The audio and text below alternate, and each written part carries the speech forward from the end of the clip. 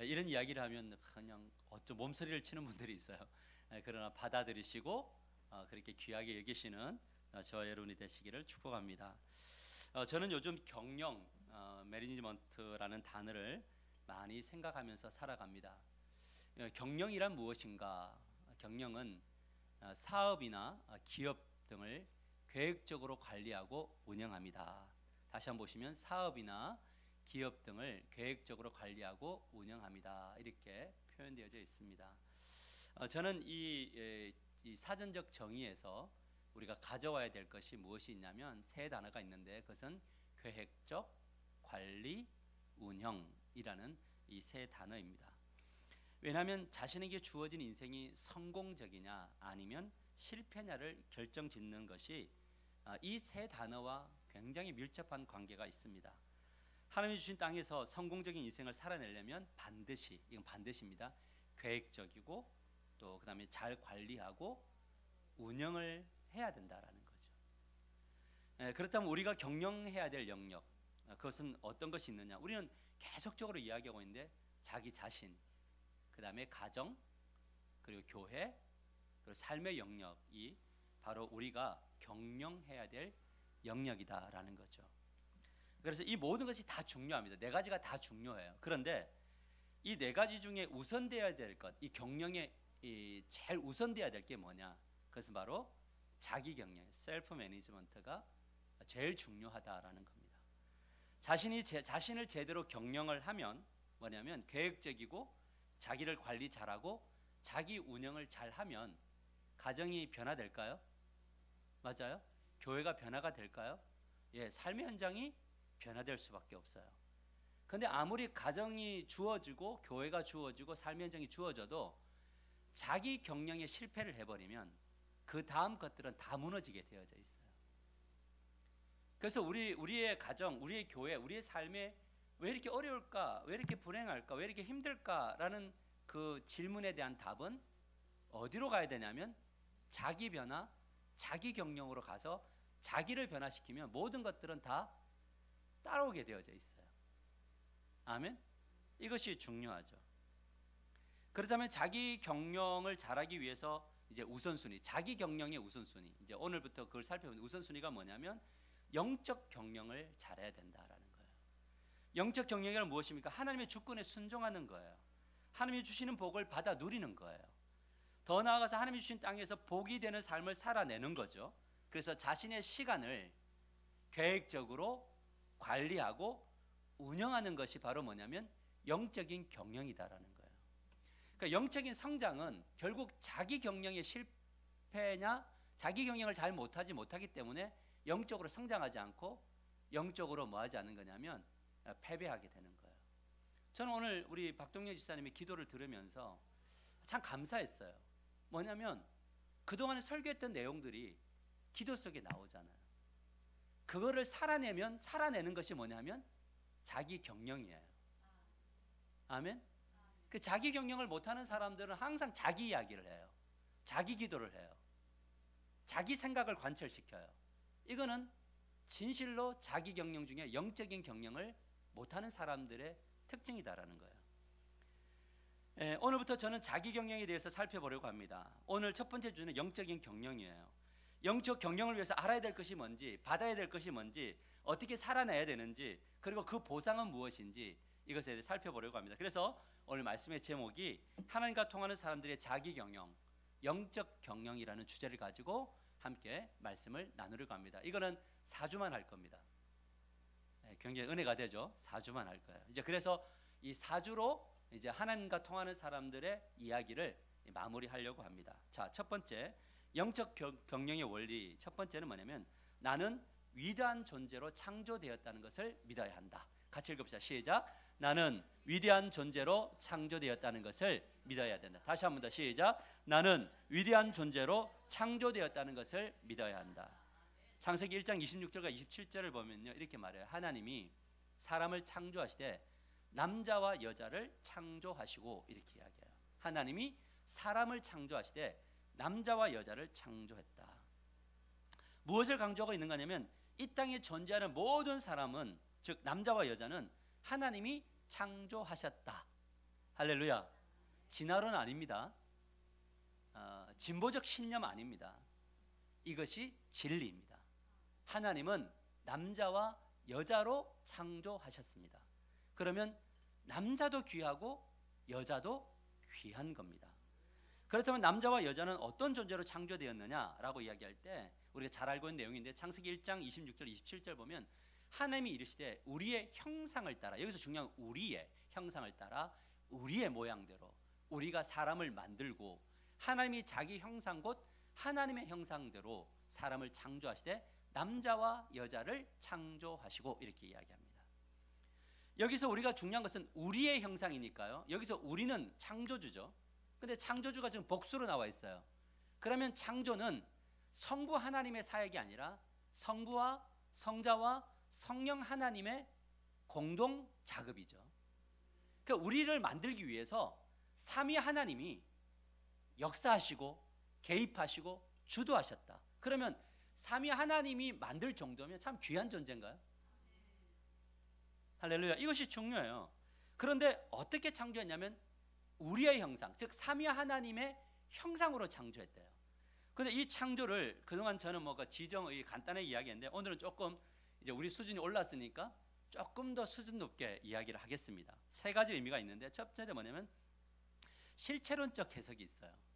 이 실체론적 해석이라는 건 뭐냐면 인간은 영혼이 있고 이성이 있고 자유의지가 있고 진리를 알려고 하고 있고 사랑을 담고 있으며 그 안에 의와 같은 이 하나님의 속성을 가지고 있다라는 것이 바로 뭐냐면 실체론적 존재라는 거. 이게 하나님의 형상의 부분이고, 두 번째는 뭐냐면 관계론적 해석이에요. 뭐냐면 사람과 사람 사이에 인격적 관계를 맺을 수 있고 하나님과 우리 사이에도 인격적인 존재를 가지고 있도록, 인격적이라는 게 뭐라 그랬죠? 서로 상호간의 관계를 가질 수 있는, 하나님이 나에게 개입하시고 내가 하나님 안으로 들어가는 그런 존재가 바로 하나님의 형상이죠.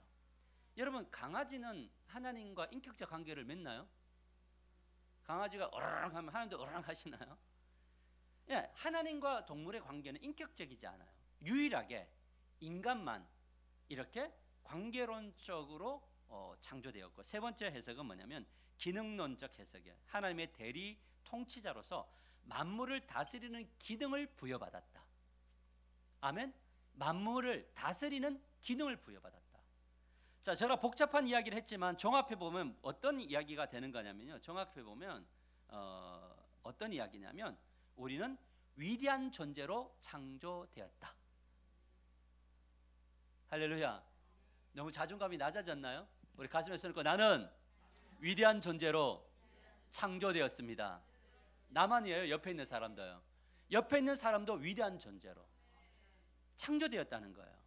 그렇다면 하나님의 형상으로 남자와 여자를 위대한 존재로 창조하신 목적이 뭐냐라는 거예요. 왜 이렇게 위대한 존재로 창조하셨느냐?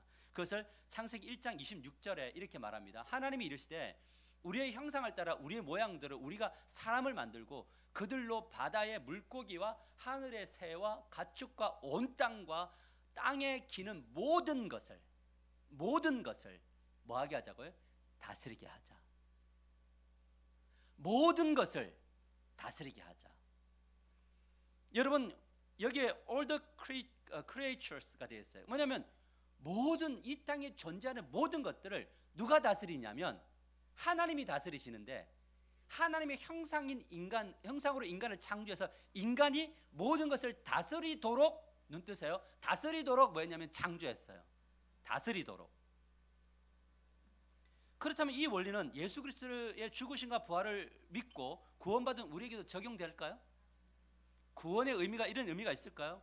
예, 그렇습니다. 우리의 구원은 모든 것을 다스리도록 구원받았어요. 구원을 받았다는 것은 세상의 지배를 당하는 것이 아니라 다스리는 존재로 구원받은 거예요. 그래서 이걸 뭐라면 새 창조라고 이야기해요. 새로운 피조물이 되었다라는 거예요. 여러분 기억하십시오. 우리 모두는 위대한 존재로 창조되었습니다. 세상을 이끌도록 창조되었습니다. 세상을 이끌도록 구원받았습니다. 우리는 이 사실을 우리의 영혼과 마음에 새겨야 됩니다. 이 진리가 몸의 습관이 될 때까지 되뇌이고 되새기면서 살아가야 됩니다. 따라합시다. 나는 하나님의 형상으로 창조되었습니다.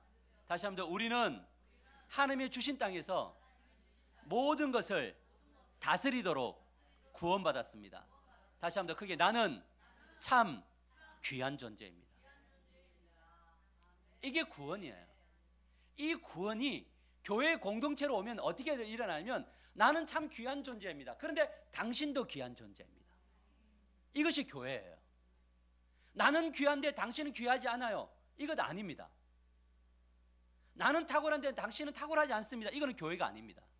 그런데 이 교회의 이 귀한 존재, 이 복음이 어디로까지 확산돼야 되냐면, 세상에 나가서 당신은 참 귀한 존재입니다. 당신이 지금 이런 형태로 가는 것은 틀렸습니다. 이것은 귀한 존재로 가는 길이 아닙니다. 당신은 귀한 존재가 될 수 있습니다. 이것이 바로 뭐냐면 하나님의 백성이다라는 거죠. 이것이 바로 자기 경영의 영적 경영의 첫 번째 단추라는 거예요. 여러분 자신을 함부로 대하지 마세요. 여러분이 여러분을 정죄할 권리가 없어요. 여러분들은 여러분들에게 선언할 권리는 딱 하나 있어요. 너는 참 귀한 존재로 구원받았다. 이것을 선언하셔야 돼요. 이게 영적 경영의 첫 단추예요. 그러니까 첫 단추가 잘못되면 어떻게 돼요? 다 엉클어지잖아요. 여러분, 우리가 기도를 하는데 왜 불행하냐? 이 첫 단추를 잘못 끼워서 그래요. 여러분들이 기도하다가 뭔가 응답되면 내가 굉장히 귀한 존재 같고, 응답 안 되면 아닌 것 같고, 하나님 나를 미워하는 것 같고, 아니에요. 응답을 받든 안 받든 여러분들은 뭐냐면 하나님 앞에 귀한 존재예요. 이것을 매일매일 선포하셔야 돼요. 눈을 떠서 딱 먼저 하는 게 뭐냐면, 너는 참 귀한 존재야. 아멘? 이거를 선언해야 돼요. 문득문득 회사에서, 직장에서 깨지고 막 이리저리 막 치일 때, 그럴 때 나는 너무나 무기력한 존재 같아 라는 생각이 들지만, 그럴 때도 선언해야 돼요. 나는 귀한 존재야. 저녁에 와서 하루를 돌아볼 때 패배주의적인 것들이 사단이 막 쏟아부을 때, 생각과 감정과 상을 쏟아부을 때, 그때도 선언해야 돼요. 나는 하나님 귀한 존재입니다. 이것이 영적 경영의 첫 단추예요. 이거 선언하지 못하면요, 그 다음 것도 못해요. 이게 제일 중요해요. 자, 두 번째 영적 원리는 뭐냐면, 복 주시는 하나님을 믿고 순종하면서 기도할 때 주도적인 삶을 살아낸다. 같이 읽어볼까요? 시작.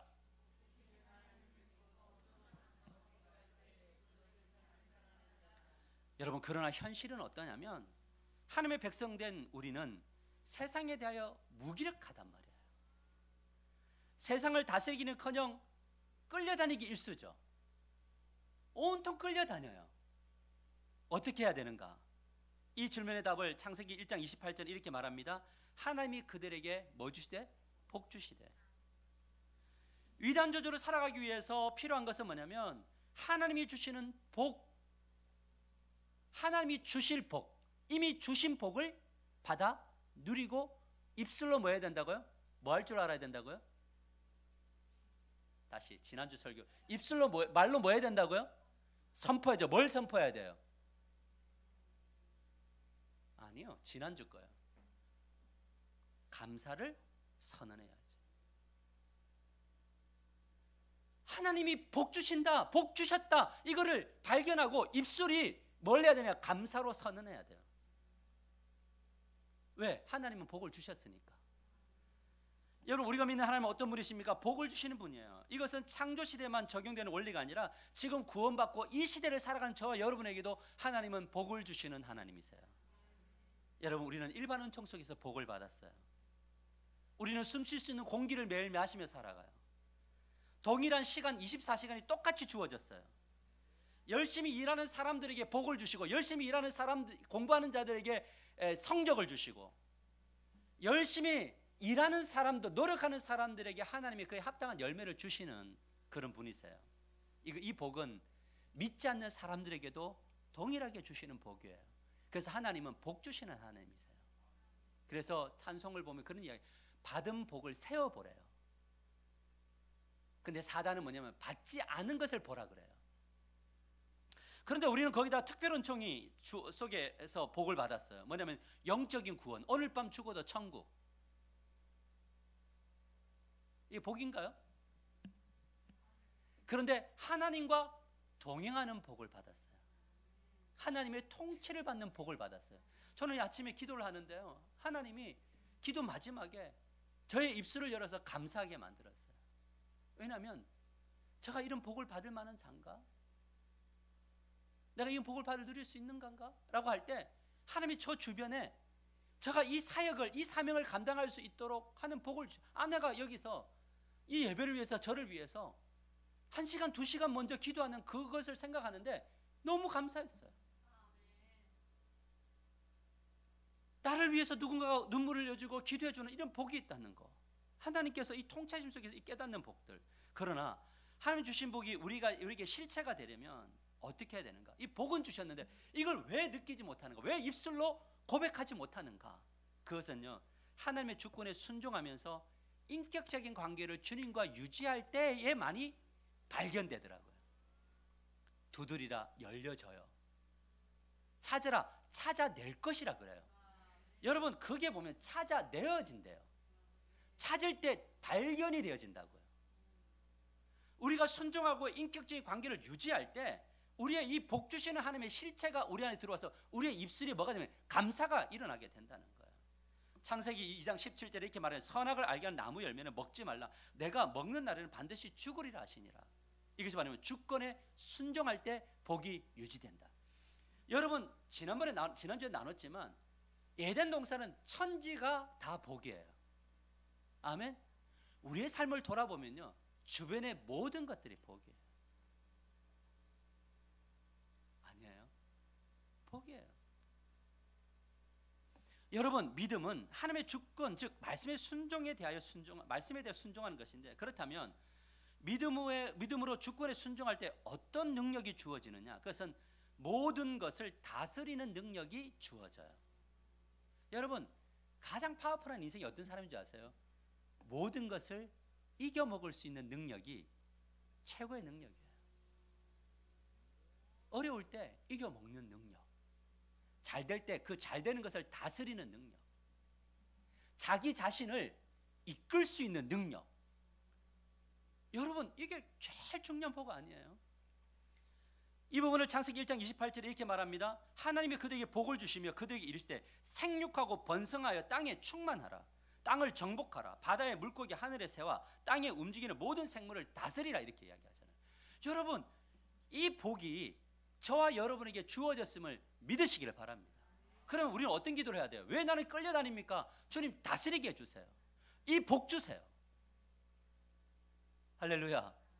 여러분, 이것을 신약식으로 이야기하면 오직 성령이 너에게 임하시면 너희가 권능을 받고 예루살렘과 온 유대와 사마리아 땅끝까지 이르러 내 증인이 된다고요. 일어나서 하나님만이, 예수님만이 여러분을 이 세상 속에서 끌려다니는 존재로 살아가는 것이 아니라 이끌고 가고 붙들어가고 정복하는 그런 능력을 주시는 분은 오직 예수 그리스도밖에 없습니다. 이게 복음이잖아요. 이것을 증명하는 거예요. 여러분, 이 예수님을 믿으세요? 여러분이 믿는 예수님은 어떤 분이세요? 어깨 빡 펴고 힘있게 나아가는 역사들이 일어나게 되기를 축복합니다.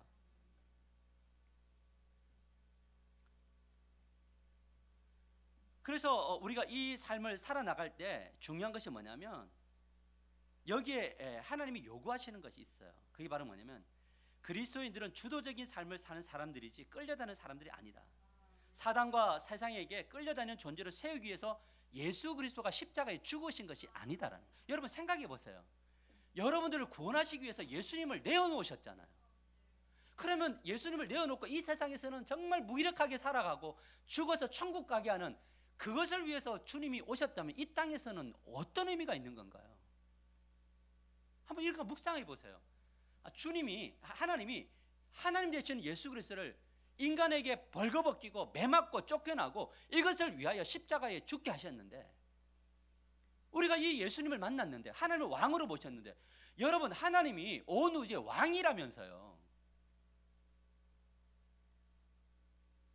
믿어요 진짜 이 하나님 왕이신 거를? 우리의 주인이시라면서요. 믿어요 이 하나님을?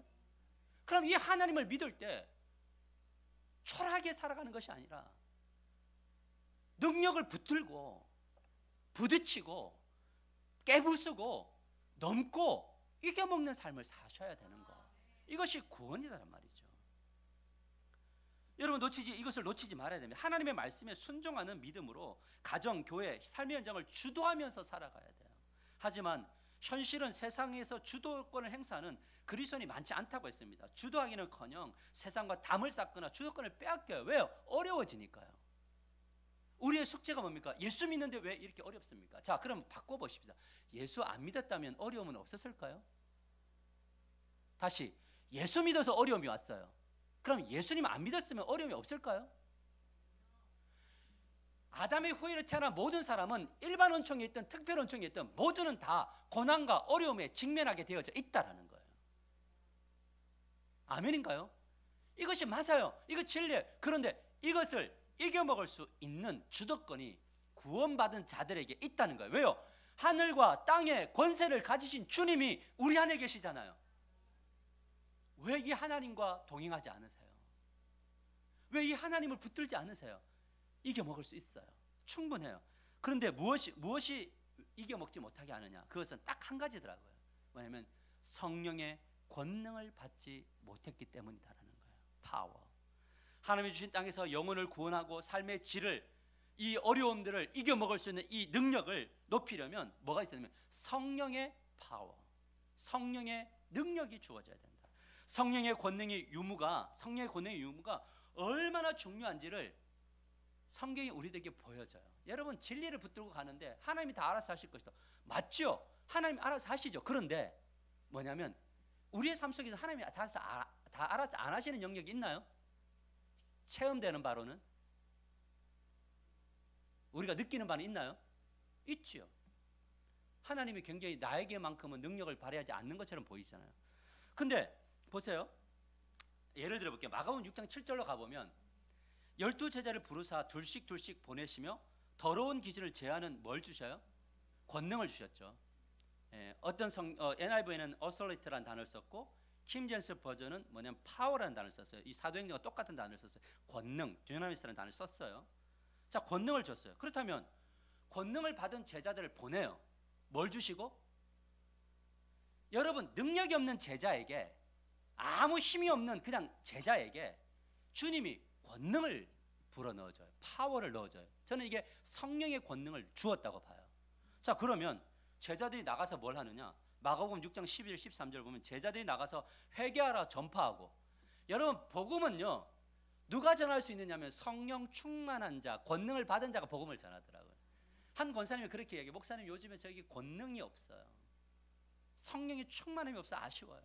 성령이 충만할 때는 막 사람들이 나가서 예수님 복음 전하는데 힘가 있는데 그것이 없으니까 전하기가 두려워, 이런 이야기예요. 자, 권능이 있어요. 권능이 생기면 회개하라, 회개하라 전파하고 많은 귀신을 쫓아내며 많은 병자에게 기름을 발라 고치더라. 할렐루야. 제자들, 평범한 우리와 같은 제자들이 권능이 주어지니까 뭘 하냐면 귀신을 쫓아내고 병도 고치고 그 사단의 노예에 있는 그 상황들을 뒤집고 이끌어 가더라는 거예요. 지배하는 삶이 펼쳐집니다. 근데 마태복음 17장 15절 16절로 가보면요 어떤 결과가 일어나면 똑같은 제자들입니다. 자 보세요. 주여 내 아들을 불쌍히 여기소서. 그가 간질로 고생하여 불에 넘어지며 물에도 넘어지니라 지니라. 이렇게 이야기를 해요. 내가 주의 제자들에게 데려왔으나 능히 고치지 못하더이다. 이렇게 이야기해요. 자, 여러분 한번 보세요. 앞에는 뭐 했어요? 고쳤나요?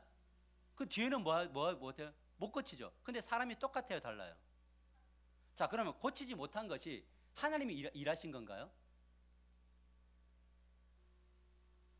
하나님의 일이 누구를 통해서 드러나면 우리를 통해서 드러난다고요.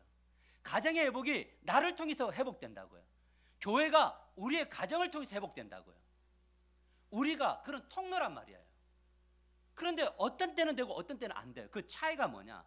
그 차이를 예수님이 이렇게 말해요. 제자들이 마태복음 17장 19절에 이렇게 말하면 이때에 제자들이 조용히 예수께 나와 이르되 우리는 어찌하여 쫓아내지 못했나이까? 그러니까 예수님이 책망하시고 그 귀신을 쫓아내시고 병을 고쳐버리거든요.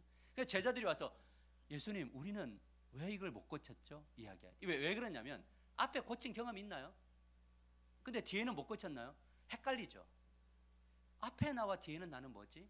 왜 못 고쳤죠? 라고 할 때 주님이 두 가지 대답을 줘요. 첫 번째가 뭐냐면 믿음이 작았기 때문이다 그래요. 근데 이 성경은 뭐냐? little faith라고 해요. 믿음이 있기는 한데 믿음이요? 양이 작다는 거예요. 저는 이게 우리들에게 도전이 되기를 원해요. 여러분 믿음 있으시죠? 예수님 믿으시죠? 그런데 왜 능력이 안 나타날까요? 목사님 때문이에요? 여러분 가정 때문이에요? 자기 믿음이 little faith예요. 믿음이 작잖아요. 그러니까 믿음은 양이 있는 것 같아요. 양이 있어요. 그러니까 어떤 사람들은 이겨먹어요. 주도해요. 끌고 가요. 근데 어떤 사람은 질질질 끌려가요. 근데 그 사람이 예수 믿는 사람이에요. 왜 끌려가느냐? 믿음이 적기 때문에. 그래서 마태복음 10장 20절에 이렇게 말합니다. 이르되 너희 믿음이 작은 까닭이니라 진실로 너희에게 이르노니 만일 너희에게 믿음이 겨자씨 한 알만큼 있어도 이 산을 명하여 여기서 저기로 옮겨지라 하면 옮겨질 것이요 또 너희가 못할 것이 없으리라 이렇게 이야기해요. 무슨 말이면 주도하고 갈 수 있다는 거예요. 할렐루야. 그럼 우리의 기도가 뭐냐? 주님 믿음이 없습니다. 이게 맞나요? 믿음이 작습니다가 맞죠? 저에게 믿음 주세요. 이게 제일 큰 거예요. 믿음이 없는 사람과는 주님의 일을 할 수가 없어요. 왜요? 산을 보고 옮길 수 있어요? 없어요? 여러분의 인생 가운데 있는 산 옮길 수 있어요? 없어요? 늘 두렵잖아요. 이거 어떻게 옮기지? 불가능해. 이거 안 돼. 뭐 안 돼. 다 안 돼. 이걸 뭐라고 하냐면 믿음이 적은 거예요. 그러면 저는 기도를 하는 거예요. 그래서 뭐라 하냐면 하나님 믿음 좀 팍팍 채워주세요. 저 집사님 믿음 좀 팍팍 채워주세요. 믿음이 없으니까 우리가 주님의 나라를 이룰 수가 없잖아요. 주님의 나라를 위해서 전진할 수가 없잖아요. 믿음 주. 두 번째는 뭐냐면 기도하지 않았기 때문이래요. 마가복음 9장 29절 이르되 기도 외에는 다른 것으로는 이런 종류가 나갈 수 없느니라 이렇게 이야기해요. 이런 형태는 기도 말고는 나갈 수가 없다는 거죠. 그러면 둘이 연결해 봐요. 믿음은 뭘 타고 와요? 기도를 타고 와요. 권능은 뭘 타고 오냐면 기도를 타고 와요. 여러분 이것이 바로 뭐냐면 성령의 권능은 믿음과 기도와 깊은 연관이 있다는 거예요. 무슨 말이냐면 믿음이 작고 기도가 없으면 이런 권능이 주어지지 않고 약화되는 거예요. 교회가 성도들이 믿음이 작고 기도가 작으면 주님의 나라를 확장시킬 수가 없고 이 세상을 이끌어 갈 수가 없다는 거예요. 목사가 믿음이 요만하면 성도들은 더 클 수 있을까 없을까요? 없나요? 부모가 믿음이 요만하면 애들 믿음도 다 요만해요. 우리 교회 믿음이 요만하면 부천 땅 주님의 나라 절대 안 돼요. 하나님이 다 하시나요? 아니요. 믿음이 없는 거. 그래서 우리는 뭘 기도해야 되느냐? 믿음 달라고. 그러려면 뭐해? 기도하셔야 되는 거예요. 사도행전 2장으로 가보면 제자들이 오순절 날에 복음을 전할 때 3,000명이 회개하고 돌아와요. 어떻게 이런 일이 가능해요? 성령의 권능이 임했잖아요. 맞아요? 성령의 권능이 오순절 날 임했단 말이에요. 근데 뭐를 타고 임했느냐? 뭘 타고 임했어요? 기도를 타고 임하시죠. 거기에 말씀의 역사가 나타나니 돌아와요. 사도행전 3장으로 가보면 베드로와 요한이 성전 미문에 앉아 걷지 못하는 사람들에게 나사렛 예수 그리스도의 이름으로 명하노니 일어나 걸어라 그래요. 근데 걸어요. 어떻게 이런 일이 가능했냐? 오후 3시 제 9시에 기도하러 가는 거예요. 매일 정하고 기도하러 가요. 그곳에 성령의 역사가 권능이 유지돼요. 여러분 성령의 권능은요 한 번 받았다고 끝나는 게 아니에요. 앞에 제자들이 뭐 했어요? 권능을 받아서 역사했는데 뒤에 제자는 똑같은 사람들이 아무 일도 못 하잖아요. 8년 전에 이야기했던 거 지금 하면 안 된다는 이야기예요. 오늘은 오늘 권능이 필요해요. 그렇기 때문에 기도하지 않으면 권능이 임하지 않아요. 여러분 이 두 사건의 공통점 믿음으로 기도했기 때문에 성령의 역사가 일어났다. 이것이 바로 자기 경영의 두 번째 단추다라는 거예요. 내가 어떤 사람이다? 정말 위대한 존재로 재창조되었다. 믿음으로 말씀의 주권에 순종하며 믿음 달라고 기도할 때 성령의 권능이 나타난다. 이게 두 번째 경영의 원리다라는 거예요. 여러분, 욕심을 가지되 믿음에 대한 욕심을 가지게 되기를 주님의 이름으로 간절히 축복합니다. 어떤 사람이 막 주도해 가잖아요. 삶을 막 이끌어 가잖아요. 그러면 어떤 생각이, 아, 저분이 믿음이 있구나. 나도 저렇게 질질질 끌려갈 때 주님 앞에 어떤 욕심을 가져야 되냐? 믿음 좀 주세요. 이 기도하면 돼요. 뭐 이것저것 따지지 마세요, 여러분. 그거 아무 답 안 나와요. 그냥 답은 딱 하나요. 나에게 뭐가 필요하다고요? 기도와 믿음이 필요한 거예요. 그러면 기도에 뭘 해야 되는 거냐? 이거 해주세요, 저거 해주세요는 해도 되지만 기도의 중심에는 뭐가 있어야 되냐? 믿음 주세요가 중심이어야 돼요. 믿음 주세요. 믿음 주시면 권능이 임하고, 권능을 주시면 말씀이 들어갈 때 그곳에 하나님이 역사하신단 말이죠.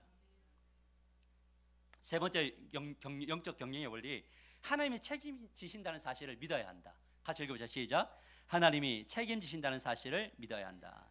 자, 창세기 1장 29절 보세요. 하나님이 이르시되 내가 온 지면에 씨 맺는 모든 채소와 씨 가진 열매 맺는 모든 나무를 너희에게 뭐 한다고요? 주노니 너희 먹을 거리가 되리라. 그대로 되니라. 할렐루야. 여기 어떤 메시지냐? 영적 경영의 원리 1과 영적 경영의 원리 2. 나는 위대한 존재다.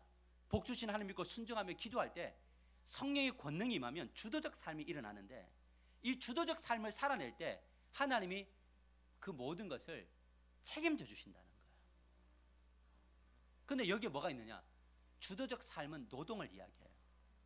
열심히 해야 돼요.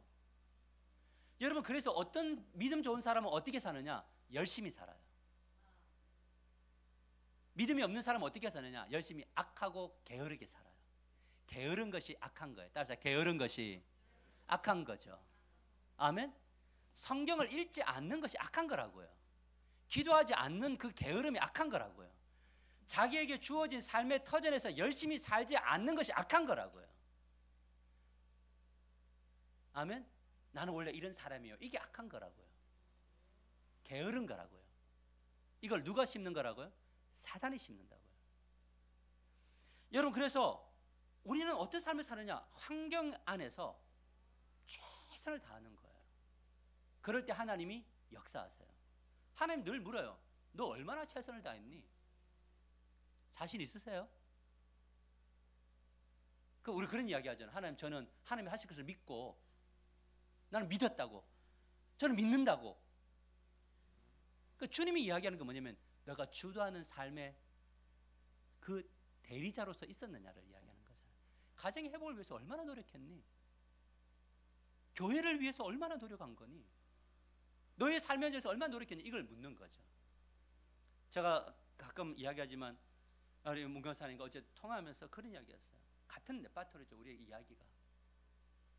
개척할 처음에 정말 어려웠고, 왜냐하면 무너져가는 그 경제, 무너져가는 경제 속에서, 무너져감이 다 예측되어져 있는 그 경제 속에서 낙이라고 하는 사업을 시작했잖아요. 주가 쓰시겠다.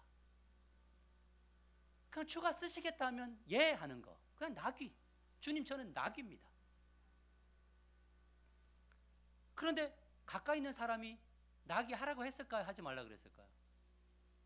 하지 말라 그랬죠. 그 가까이 있는 사람 중에 누구도 포함돼요? 저도요? 저도 포함돼요. 제가 주체자예요. 이때 권사님이 무엇을 했냐면 한 가지밖에 할 수밖에 없었어요. 우는 거. 다 있었던 거 다 무너지고, 하는 것마다 안 되고, 사람들은 막 이런 거 하지 마라 그러고, 우는 것밖에. 어디서 울었느냐? 하나님 앞에서 기도하면서 울었어요. 잘 됐을까요? 그때마다 길을 여셨어요. 얼만큼이면 조금씩 열어요. 아무 도움이 안 돼요. 그런데 낙이가 됐으니까 구제 헌금을 해야 되잖아요. 주 앞에 약속한 11조 해야 되잖아요. 근데 그거를 들으려고 할 때 지금 막 통장이 다그닥 다 끝났는데 이것 가지고 다른 사업을 펼쳐야 되는데 이걸 드려야 되나? 엄청 갈등했대요. 이거 해야 되나 말아야 되나? 이거 하면 나는 큰일 나는데. 그래 또 와서 울고, 길은 잘 확 안 열어주시고. 그럴 때도 또 뭐냐면 또 울고 또 기도하고. 그런데 어떤 일들이 나타나느냐, 또 울고 또 기도했는데 하나님께서 지금 템포업이라는 회사에 뭐냐면 본부장으로 세워. 근데 그곳에 가서도 막 다루어요. 막 사람들에게 오해받고 미움받고 사람들 다 떨어져 나가고. 근데 그래도 인간적인 방법 하지 않고 주님 앞에 나와서 믿음으로 기도하고 엎드리고 눈물 흘리고 그랬더니 나중에는 떠났던 사람들이 또 다 돌아와 밑에서 함께 동력하는 사람들로 하나님 이끌어 가시더라. 근데 저는 이 대화 속에서 뭘 느끼는 거냐면 나이가 지금 70이 넘으셨잖아요. 근데 아직도 뭘 하느냐? 꿈을 꿔요. 뭐 하냐면 세상을 주도해 가잖아요. 내 삶을 주도해 가잖아요. 저는 하나님이 이 놀라운 현장 안에 일하시기를 원해요. 보여주기를 원해요. 그렇게 하실 것을 믿어요. 우리가 믿는 하나님은 영적인 원리 1과 2를 믿고 실천할 때 해봤냐라는 거예요. 해봤냐고. 사람들은 그런 이야기해요. 뭐 해도 안 된대. 근데 도대체 얼마나 해봤냐는 거예요. 기도해봤냐는 거예요. 근데 그러면 하는 사람도 항상 이야기해요. 저는 매일 기도하고 있어요. 뭐 삶에서. 그런 거 말고 진짜 기도해봤냐는 거예요. 권능을 받아봤냐는 거예요. 아무리 생각을 해봐도 믿음 생활하면서 남는 거는 딱 하나밖에 없어요. 제가 목사님들 만나면 딱 하나밖에 이야기해요. 목사님, 우리 할 게 뭐가 있습니까? 기도밖에 없잖아요. 뭐가 있어요? 기도밖에 없어요. 저 우리 뭐 박인수 씨가 지금 일어나는 현상들도 똑같아요. 기도밖에 없어요. 그런데 그러면 기도만 하고 앉아 있느냐? 아니에요. 기도하는 사람 권능을 받으면 하나님 주신 땅으로 가야죠. 그 땅으로 가서 부딪히는 문제를 놓고 하나님 이거 해갈 수 있는 능력 없는데 어떻게 할 거? 그러면 하나님이 옆에 사람 붙인다니까요. 이거를 경험하셔야죠. 내가 부족한 것을 채울 수 있는 사람을 채워주시는데 그것을 이끌어갈 수 있는 능력이 어떻게 다 경험해 볼 때 이거를 전체를 볼 수 있는 눈이 열리면요. 그 다음부터 뭘 하게 되느냐? 담대하게 되고 그 가운데서 역사가 나타나고 하나님의 일하신 대로 경험하게 되는 거죠. 교회 리더가 제일 중요한 게 뭐냐? 우리의 의와 우리의 노력을 나타내는 거 맞아. 열심히 노동해야 돼. 그런데 그보다 더 중요한 게 뭐냐? 기도예요. 수정시키세요. 거기에 하나님의 권능이 강하게 임합니다. 이것을 지금 저는 우리 교회에서 많이 경험해요. 우리 장로님 그때 다 힘들고 우리 의장님 아프실 때 저는 그 전까지 3년을 우리 장로님을 놓고 기도했거든요. 하나님 이끌어 가셔야 됩니다. 근데 장로님 새벽 기도 하셔야 됩니다. 그러면 이거 다 해결됩니다. 근데 아멘하고 그때부터 결단 딱 하고 오시죠. 하나님 회복하시죠. 일하실 거예요. 물론 하나님은 우리가 가는 걸음에 우리의 계획과 우리의 상황과 다르게 할 수 있지만 그거는 믿지 않는 상황 속에도 있었을 것이고 믿는 상황이 있었을 거지만 우리는 믿음 안에서 우리의 삶을 해석하는 능력을 가지는 자들이잖아요. 여러분 기억하십시오. 눈물로 씨를 뿌리는 자는 기쁨으로 단을 거둔다. 눈물로 영적 경영을 하는 사람은 기쁨으로 단을 거둔다. 영적 경영하셔야 돼요. 이거 놓치면 그냥 이건 종교인이에요. 말씀을 맺으려고 합니다. 창세기 1장 31절 같이 읽겠습니다. 시작. 하나님이 지으신 그 모든 것을 보시니 보시기에 심히 좋았더라. 저녁이 되고 아침이 되니 이는 여섯째 날이라. 여러분 기억하십시오. 우리의 구원은 모든 것이 하나님 보시기에 심히 좋은 것으로의 회복입니다. 아멘. 기도하세요. 늘 하세요. 하나님 저 심히 좋은 자입니다. 할렐루야. 나 심히 좋은 자 되기를 원합니다. 나와 연관된 하나님이 주신 땅에서 모든 것들이 하나님 보시기에 심히 좋은 것. 사람 보기에 좋은 게 아니라 하나님 보시기에 심히 좋은 것.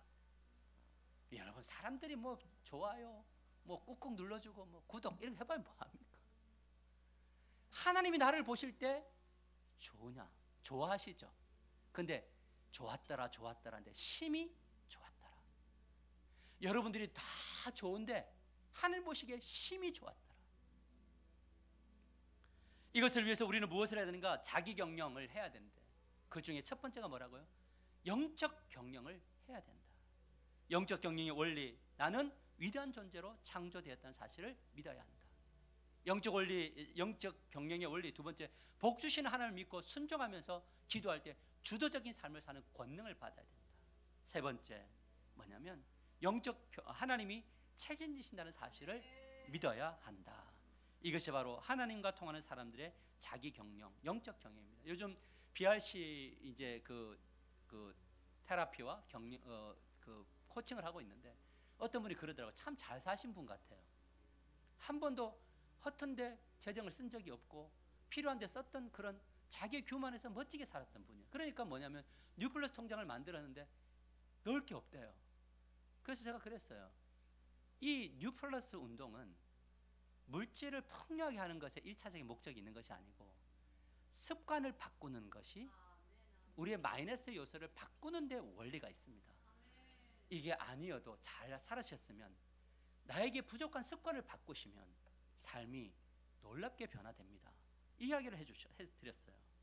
여러분 이 한 주간 살면서 평생 살면서 자기 경영 잘 하시되 영적인 경영이 일어나게 되기를 주님의 여러분을 간절히 축복합니다. 일주일에 한 번이라도 공동체 기도에 나와보세요. 결단하세요. 수요 기도에 나와서 기도하세요. 여러분 생활 숙제를 드립니다. 첫 번째, 하루에 3번 아침, 점심, 저녁 나는 위대한 존재로 구원받았다를 말로 뭐하라고요? 표현해라. 아멘. 아침에 눈을 뜨면 숙제예요. 제일 먼저 나는 위대한 존재다.